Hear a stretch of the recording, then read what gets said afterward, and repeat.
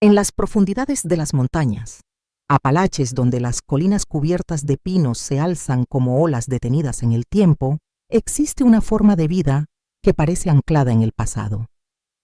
Allí los valles estrechos guardan pequeñas comunidades de familias que llevan generaciones dedicadas a la madera y al cultivo de la tierra, forjando su sustento a pulso contra el frío del invierno y la lluvia implacable del otoño. Pine Hollow. El hogar de Granny Angie es solo un ejemplo de esos rincones aislados donde la modernidad llega con cuentagotas y las tradiciones se mantienen vivas en cada acción cotidiana. En esta región, el bosque es al mismo tiempo riqueza y peligro. Para Andrew, el padre de Angelina, adentrarse en la espesura para cortar troncos significaba jugarse la vida cada mañana. El chasquido de una rama podía alertar a una víbora oculta bajo las hojas o al acecho de un puma al otro lado de un claro. Sin embargo, ese riesgo era el precio de mantener un techo sobre el suelo de madera y un plato caliente de frijoles y maíz para su familia. La economía local giraba en torno a la tala, la casa menor y un puñado de pequeñas huertas que compartían manzanas, calabazas y frambuesas silvestres. Para muchos esta pobreza no era una circunstancia temporal, sino un legado heredado. La falta de caminos pavimentados aislaba aún más a las granjas. Los servicios básicos tardaban semanas en llegar, y cuando lo hacían, casi siempre eran deficientes. El agua de manantial manaba clara tras la vieja choza de madera, pero bastaba un aguacero fuerte para que el arroyo se desbordara y arrastrara neveras, sacos de harina e incluso trozos de la valla de alambre. La solidaridad entre vecinos era por tanto el verdadero sostén. Uno prestaba la mula para arar otro, ayudaba a calafatear el tejado y un tercero acostumbrado a la herrería afilaba hachas y cuchillos sin pedir nada a cambio, más que un simple gracias. Este tipo de comunidad recuerda mucho a ciertos pueblos dispersos en el norte de España, especialmente en regiones como Galicia o Asturias. Allí la orografía escarpada y el clima húmedo han moldeado formas de vida muy similares, tradiciones rurales, arraigadas ganado ovino, que vaga en prados interminables y aldeas en declive poblacional, víctimas de la emigración hacia ciudades como Oviedo o Gijón. La llamada España vaciada no es solo un titular de prensa, es el retrato de una España que se desperdiga al ritmo de la falta de oportunidades de la atracción por la gran urbe donde los jóvenes creen encontrar un futuro más próspero. En Asturias, por ejemplo, no es raro hallar cooperativas de productores de queso de vaca y cabra que luchan por subsistir, como la familia García, que lleva 3 generaciones elaborando queso en Cangas del Narcea. Su fórmula del Cabrales apenas ha cambiado la leche cruda, la humedad natural de las cuevas cercanas y la artesanía de aflechar el queso con talos de maíz. Sin embargo, la competencia de las grandes industrias y el desinterés de las nuevas generaciones amenazan con cerrar una de las últimas queserías familiares. Los vecinos de Andrew y Angelina en los Apalaches enfrentan un dilema parecido. Aunque trabajan sin descanso, no encuentran forma de transformar su producto en un negocio sostenible. Un error frecuente tanto en Pine Hollow como en los valles asturianos consiste en subestimar el poder de la colaboración. En los Apalaches cada familia remienda su propia ropa y cosecha su propia cosecha sin imaginar que podrían asociarse para comprar en grupo maquinaria más eficiente o abrir un puesto común en los mercados de la ciudad más cercana. Similar a esa cooperativa de lácteos gallegos que organizaron una ruta de turismo rural para atraer visitantes y vender sus productos directamente al turista, un pequeño impulso en marketing digital les permitió doblar sus ingresos en apenas 2 temporadas. Otro tropiezo habitual es la ilusión de que la única puerta de salida está en la gran ciudad. Mi hijo se irá a Atlanta, encontrará un trabajo mejor y nos enviará dinero, repiten una y otra vez. Pero la realidad, tanto en EQ después como en España, revela que ese éxodo suele traducirse en empleos precarios, alojamientos inestables y la pérdida de la red social que sostiene el día a día. En lugar de poner todos los huevos en la cesta urbana, algunos pequeños municipios asturianos han decidido apostar por el turismo sostenible y la ecología, rutas senderistas, que enlazan molinos centenarios, talleres de manualidades tradicionales y fiestas de primavera, donde se recuperan bailes folclóricos. De ese modo, pequeños negocios familiares han encontrado una forma de diversificar ingresos sin abandonar sus raíces. De todo esto, podemos extraer algunas lecciones prácticas. Tejer una red de apoyo local, sea en los Apalaches o en las montañas de León o Galicia. La fuerza está en la unión. Organizar reuniones comunitarias mensuales, cooperativas de compra compartida o grupos de trueque de servicios, por ejemplo, un herrero que repara herramientas a cambio de una docena de huevos, puede multiplicar el poder de cada una de las familias. Aprovechar el patrimonio cultural como activo económico. Los quilts de Granny Angie no son solo acolchados, son relatos en telas que hablan de historias familiares. De la misma forma, en Asturias, los hórreos y paneras de piedra, o en Galicia los hórreos de madera, pueden convertirse en atractivos turísticos si se presentan como símbolos de identidad. Talleres de aprendizaje. Venta de souvenirs artesanales o rutas guiadas generan un flujo de visitantes dispuesto a pagar por experiencias auténticas. Planificar las finanzas con visión de largo plazo. Andrew mezclaba la madera con trabajos eventuales de casa, pero no llevaba un registro de ingresos y gastos.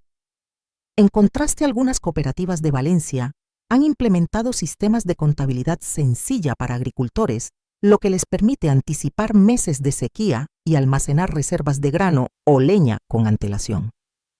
Aprender herramientas básicas de gestión, hojas de cálculo, presupuestos trimestrales, marca una diferencia entre sobrevivir y prosperar.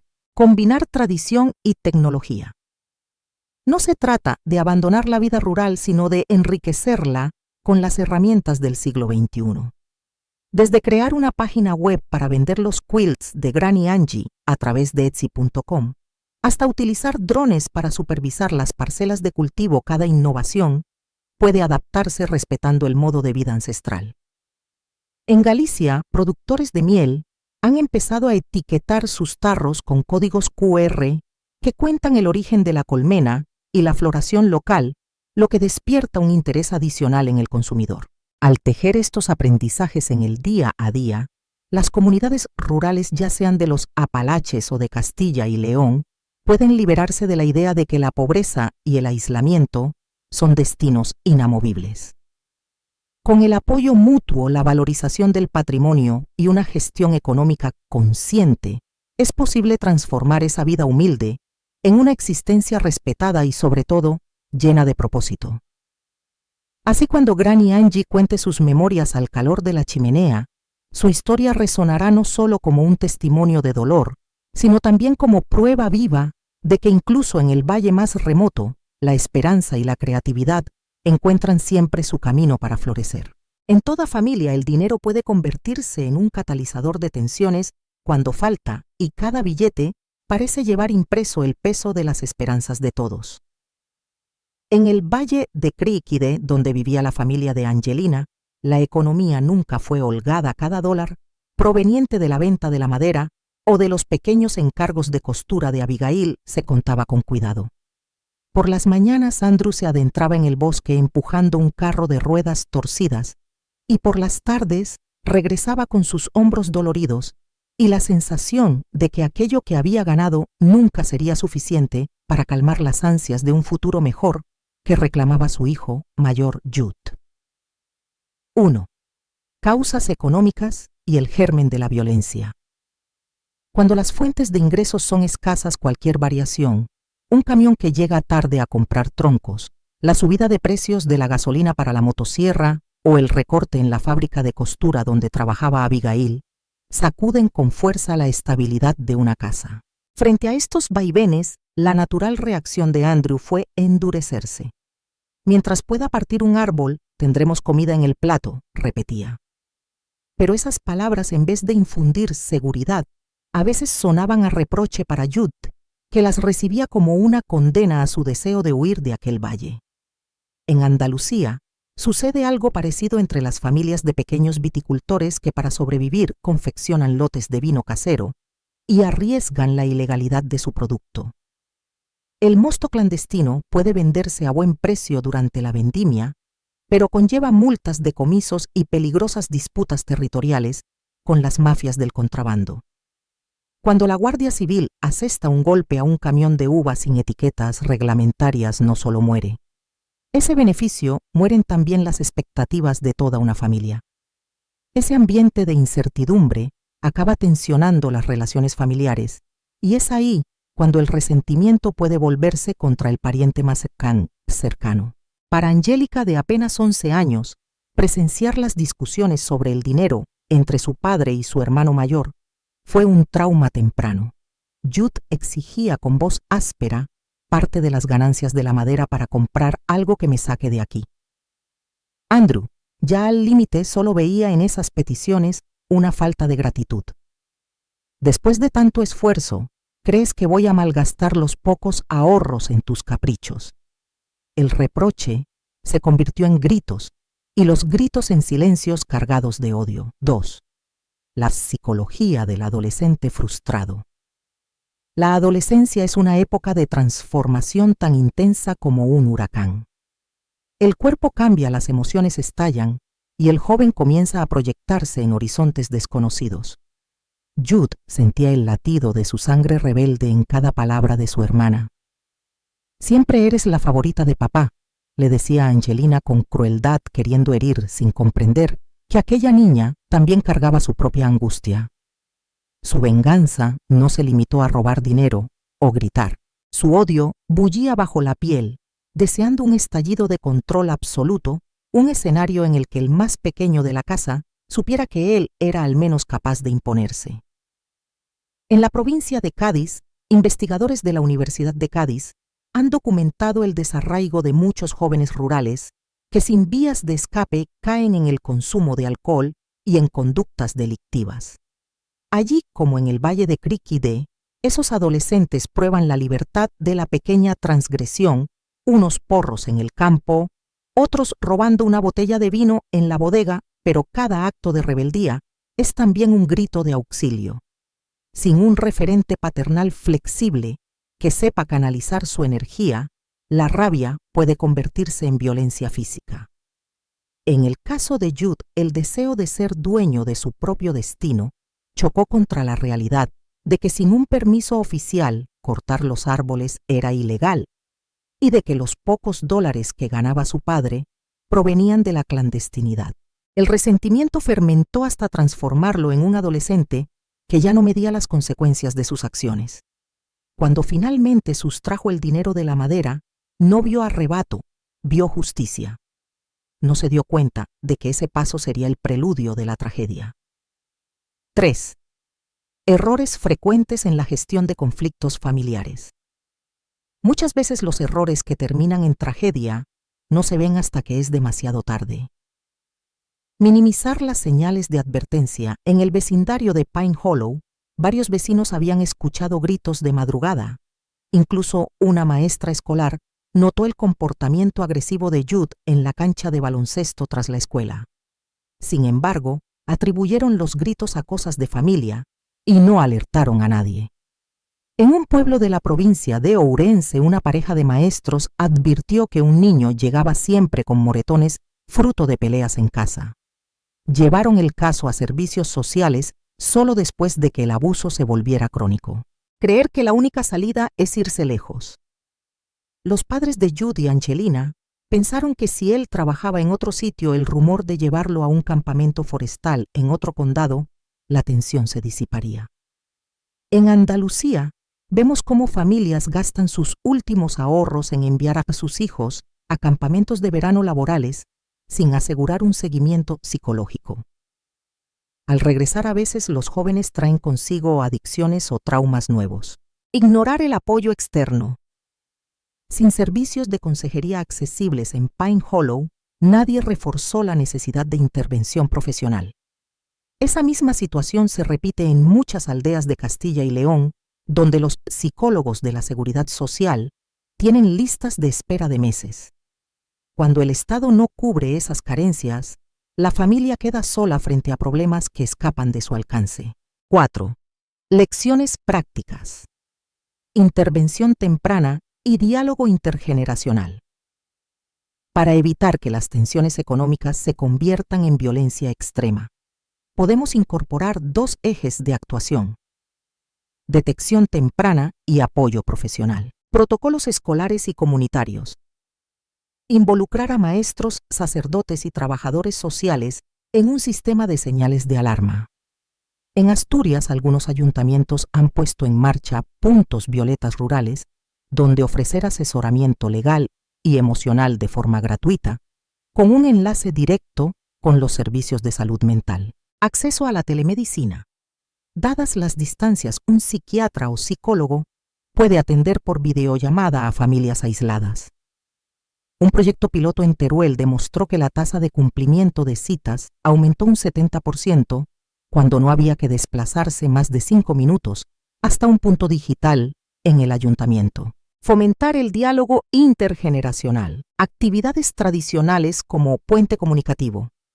En Galicia se auspician talleres de fogar de costura donde abuelos enseñan a sus nietos a tejer colchas y al mismo tiempo conversan sobre historias de vida.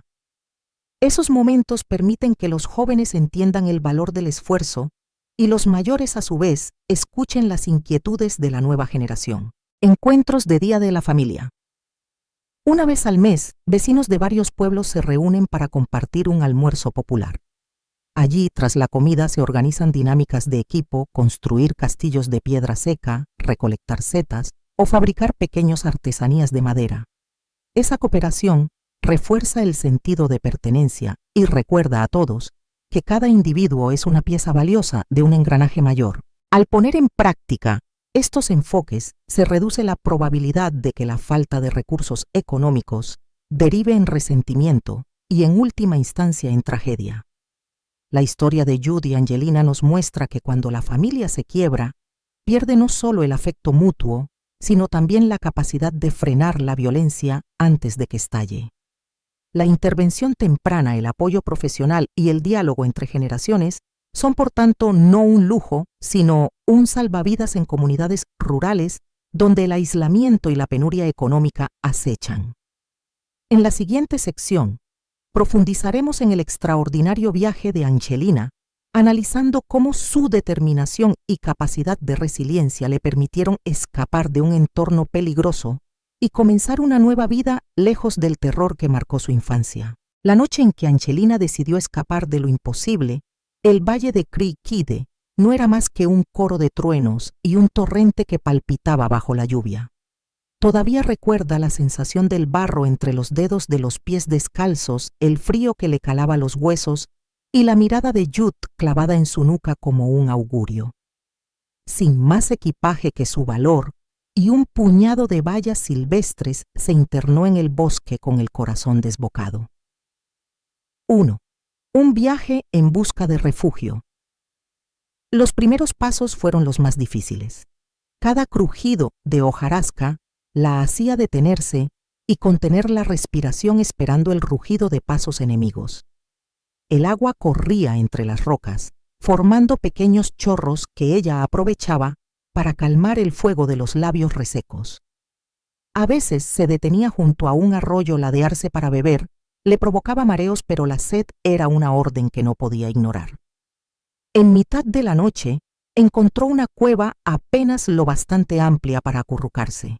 Allí, acurrucada contra la pared húmeda, pasó horas temblando hasta caer en un sueño quebradizo, poblado de recuerdos, la risa de su padre, el rostro desencajado de su hermana mayor, la voz de Jude ordenándole silencio. Al amanecer, el agua había formado charcos, la luz se filtraba en haces inclinados. Angelina avanzó a tientas, guiada por la idea vaga de un viejo sendero. En su mente, imaginaba que estaba cruzando una frontera invisible, dejaba atrás el terror y avanzaba hacia la esperanza. A media mañana, exhausta y cubierta de barro, se encontró con el señor Theodore, un leñador mayor que ocasionalmente vendía pieles en el mercado del condado. Él, con su voz pausada, apenas la miró con sorpresa. ¿Qué haces, sola y empapada, niña?, preguntó ofreciéndole un trapo seco. Aunque la desconfianza inicial le enredaba la garganta, Angelina asintió. El señor Theodore, al verla temblar, encendió una hoguera improvisada y la cubrió con una manta de lana. Entre sorbos de agua caliente, él murmuró que la encaminaba al camino principal. Allí podría detener un carro de suministros que la acercara hasta Oakich. En el corazón de Angelina brotó un alivio infinito. Un desconocido le tendía la mano, como ocurre en algunas rutas de desplazados internos en España, donde ganaderos o pastores de Extremadura y Castilla-La Mancha acogen a quienes huyen de la violencia familiar o de la soledad de los pueblos vacíos. 2. ¿Cómo responde el cuerpo ante el horror? La travesía de Angelina no fue solo un recorrido físico.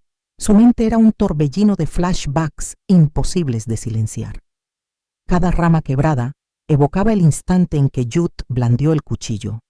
Su pulso se aceleraba sin motivo aparente y el sudor le empapaba la frente, incluso en los momentos más fríos. Los estudios del grupo de psicología de la Universidad de Salamanca han documentado que los niños y niñas sometidos a traumas graves presentan niveles elevados de cortisol durante años, con episodios de sobresalto súbito, hiperreactividad y pesadillas recurrentes que calan más hondo cuando están a solas con su miedo uno.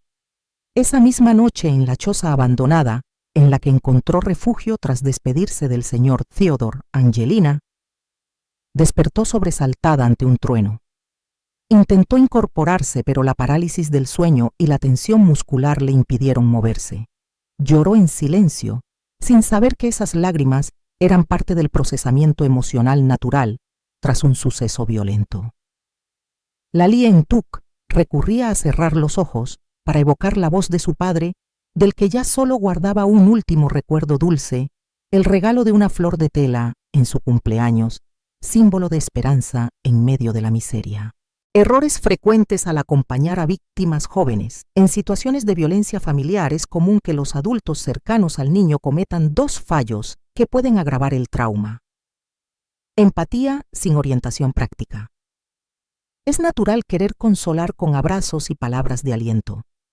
Sin embargo, en el caso de Angelina, varios vecinos murmuraron pobrecita al verla llegar al colegio con los zapatos rotos, pero ninguno le enseñó a orientarse con el sol, ni le dijo cómo identificar fuentes de agua segura.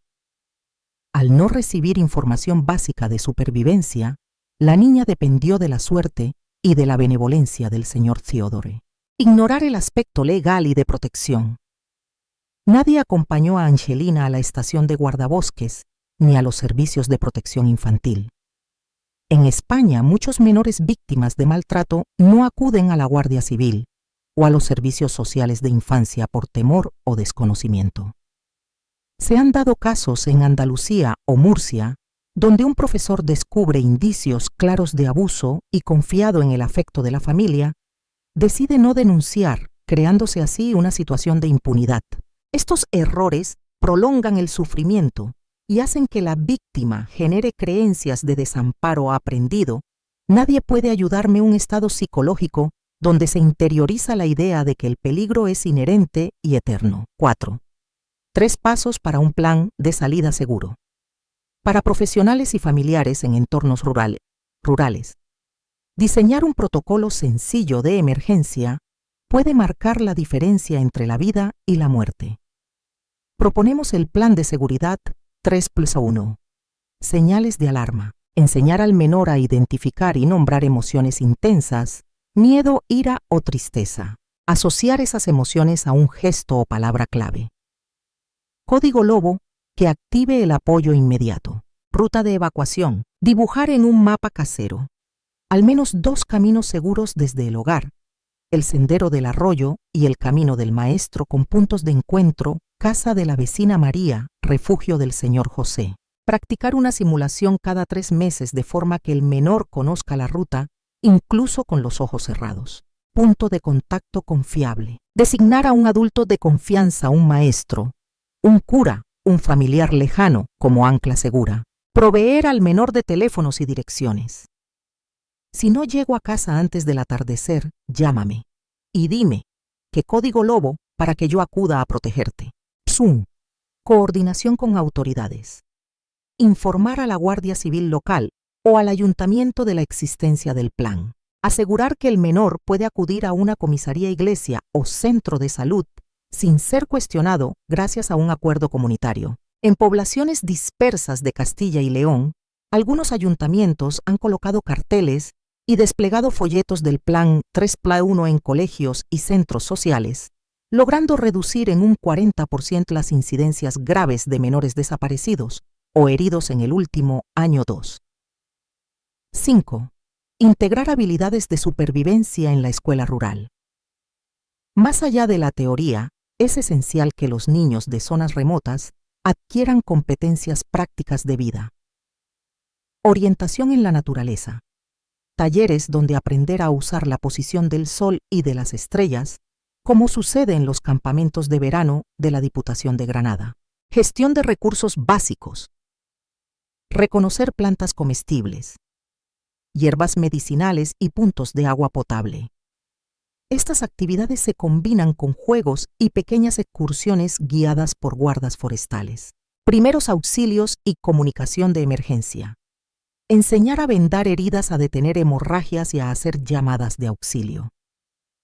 En algunos colegios de Soria ya se imparte un módulo de Educa SOS con una tasa de retención de información del 85%.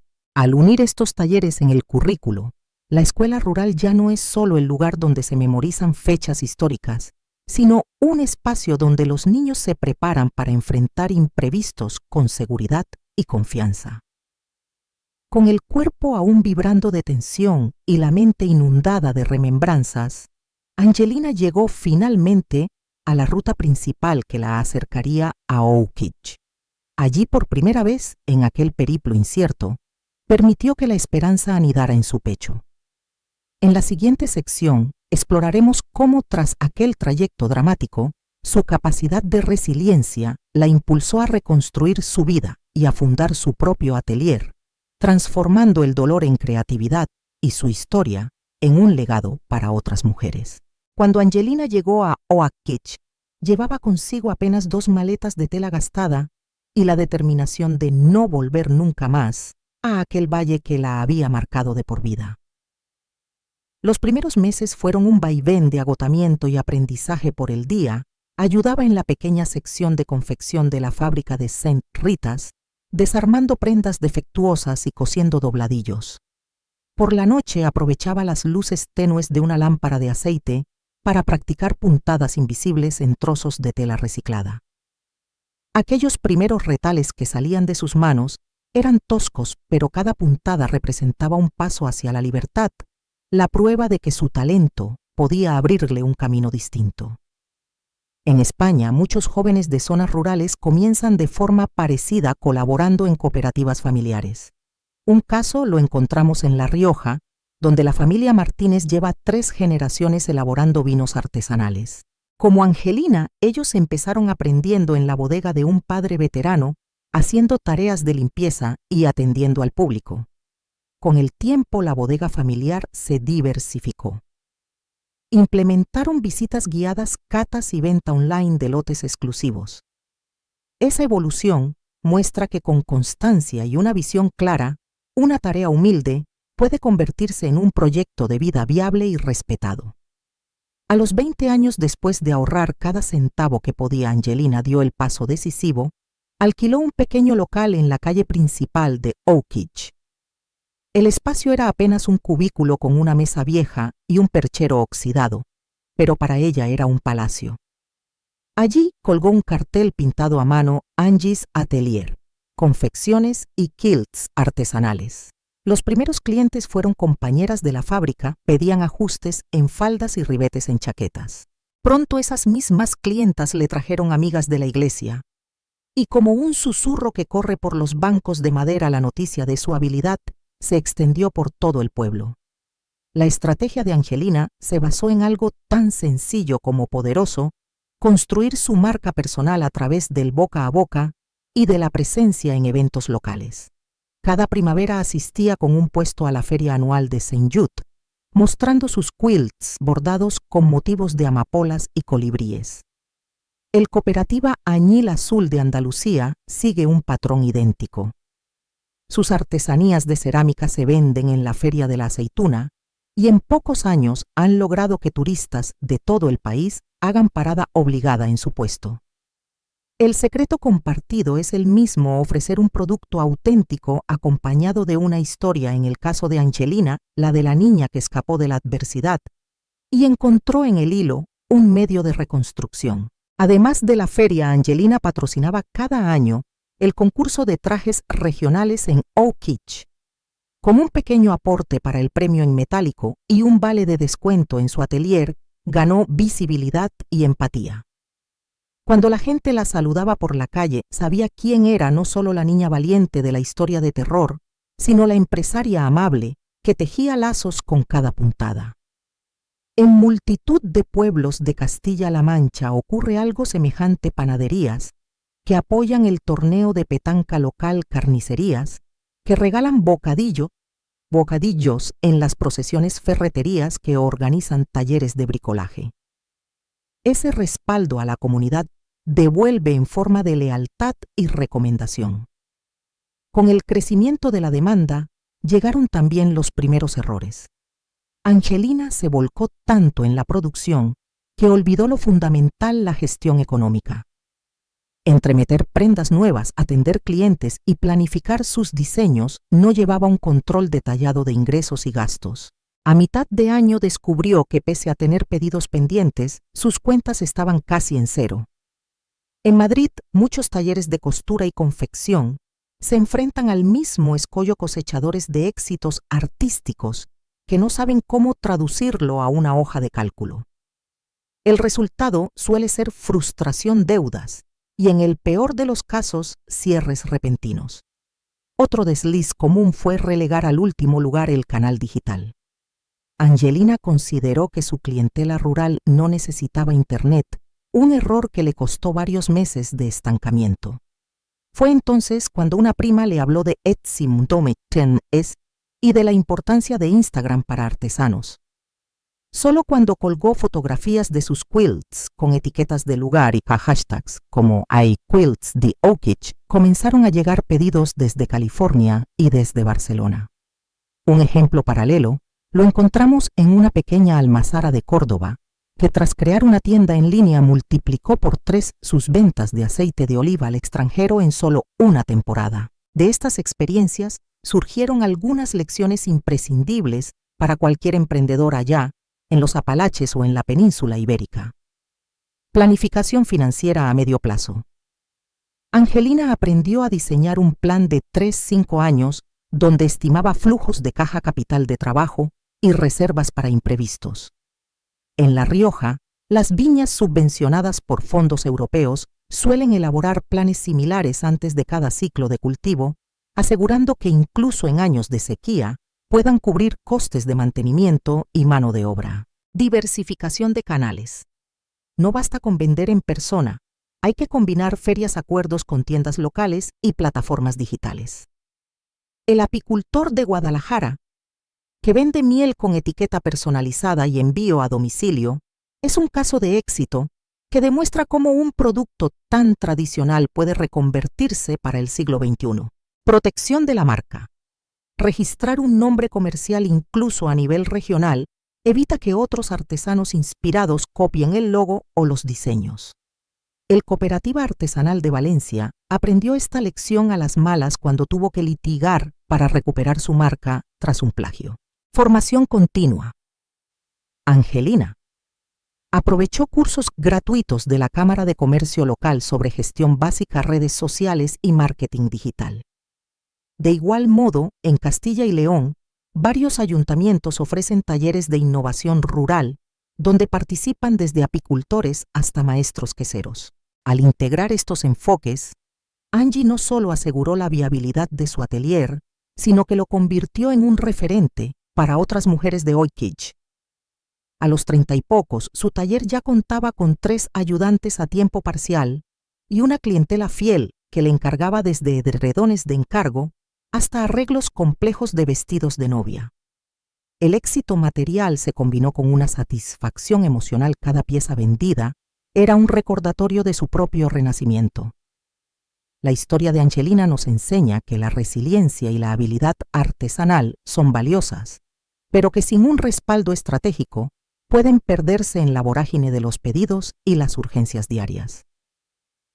Aprender a balancear creatividad y contabilidad, tradición y modernidad, comunidad local y mercado global es la clave para que un proyecto arraigue y prospere.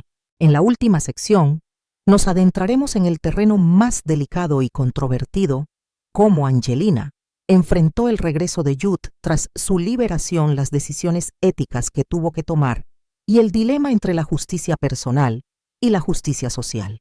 Cuando el sobre llegó a su buzón, Angelina sintió el pulso afinarse como una cuerda a punto de romperse. Era una carta breve del Servicio de Libertad Condicional fechada apenas 3 días antes. Judd había obtenido el permiso de salir de la cárcel tras cumplir 20 años de condena. Sus condiciones de libertad: residir en un alojamiento autorizado, informar semanalmente, no acercarse a la familia en un radio de 100 kilómetros. No obstante, Angelina conocía los vericuetos lo suficientemente bien como para saber que esas órdenes podían ser apenas un papel mojado. Por la noche, se sentó en su porche con una taza de té humeante, dejando que el aroma de manzanilla refrescara su mente.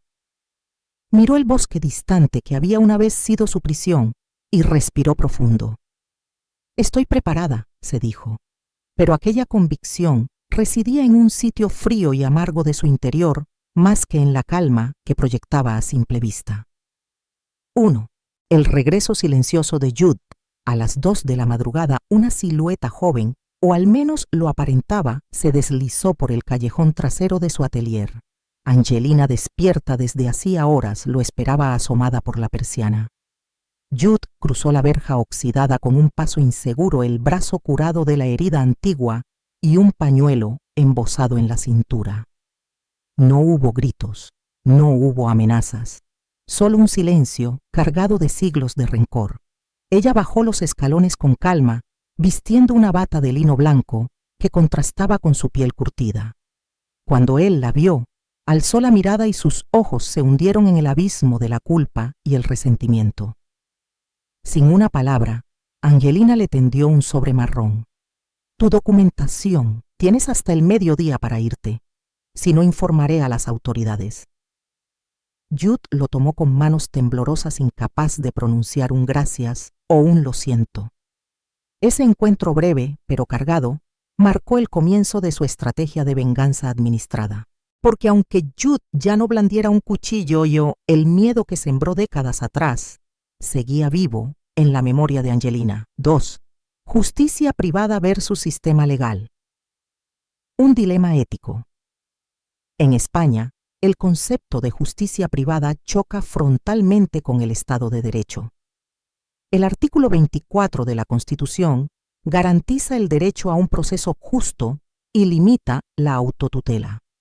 Sin embargo, en muchas localidades rurales, la realidad demuestra que la red de apoyo social y las relaciones personales a veces valen más que un informe judicial. Angie recurrió a su influencia en el ayuntamiento y en la comisaría habló con el alcalde, con el inspector responsable de la libertad condicional, con el juez de paz.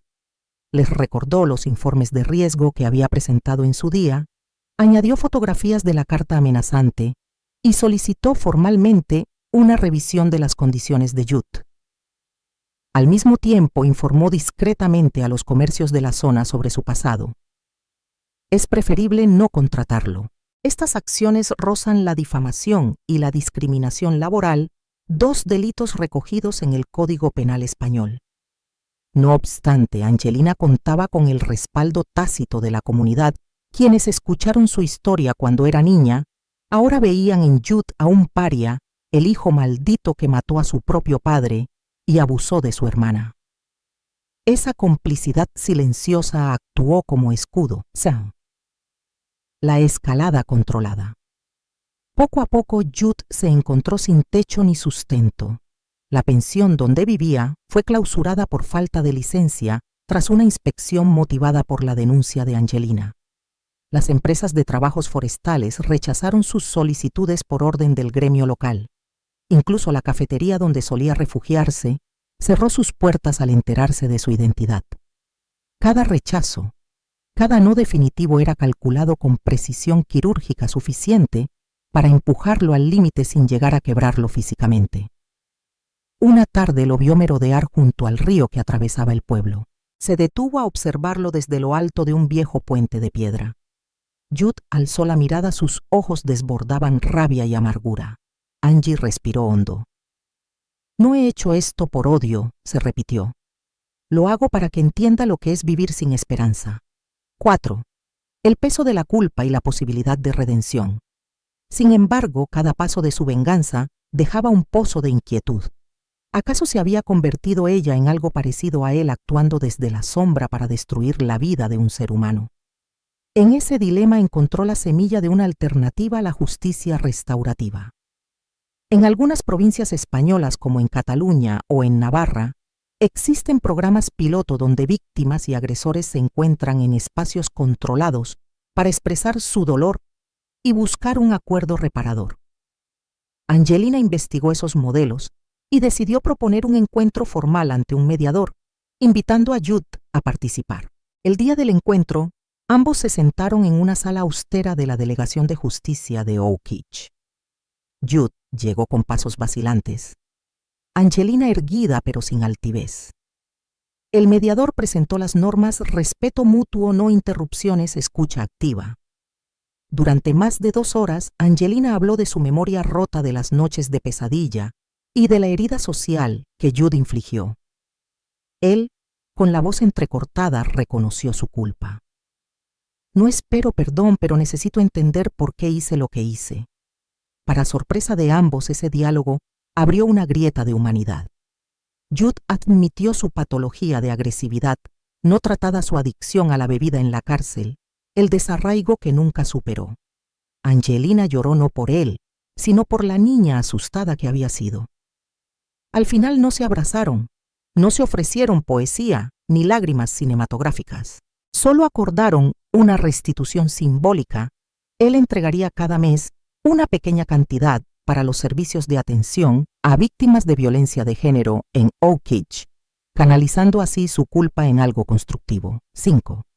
De la venganza al perdón como acto de poder. Ese acuerdo marcó el verdadero fin de la venganza, porque Angelina comprendió que la justicia personal, aunque satisfactoria en el corto plazo, podía devorar el alma si no se transformaba. El perdón, en cambio, sí tenía el poder de liberar. No excusaba el crimen, pero liberaba al ofendido de una prisión emocional. En España, el perdón no anula la responsabilidad penal, pero sí reduce el riesgo de secuelas psicológicas en las víctimas. Diversos estudios del Ministerio de Igualdad demuestran que quienes abrazan el perdón procesan los traumas con mayor éxito y reducen en un 30% los síntomas de estrés postraumático 3. Para Angelina, el perdón no fue un acto de bondad gratuita, sino la culminación de un viaje de resiliencia. Su verdadero triunfo no fue destruir a Jude, sino reconstruirse a sí misma. 6. Lecciones finales y llamada a la reflexión. La historia de Angelina nos ofrece varias enseñanzas. La justicia restaurativa puede coexistir con la justicia penal.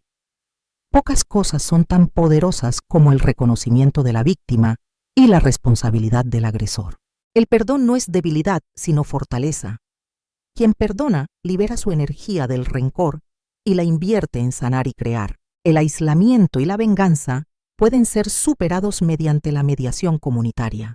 La implicación del vecindario, de las instituciones locales, es clave para sanar los lazos rotos. Cada víctima tiene derecho a diseñar su propio camino de recuperación, ya sea a través de la cárcel, la reconciliación o el activismo social. Hoy, Angelina sigue cosiendo quilts mientras comparte su testimonio en foros de apoyo a personas que han sufrido violencia doméstica y abandono infantil. Su atelier es un santuario de historias bordadas, y cada puntada contiene la memoria de un pasado oscuro que se transformó en un tapiz de esperanza. Cuando alza la vista y ve el sol colándose entre los pinos de Oak Ridge, sabe que aunque el dolor nunca desaparezca por completo, el perdón y la justicia restaurativa pueden convertir las cenizas del resentimiento en semillas de un futuro más humano y solidario. Y en ese acto de tejer el pasado con el presente, Angelina encontró su libertad definitiva.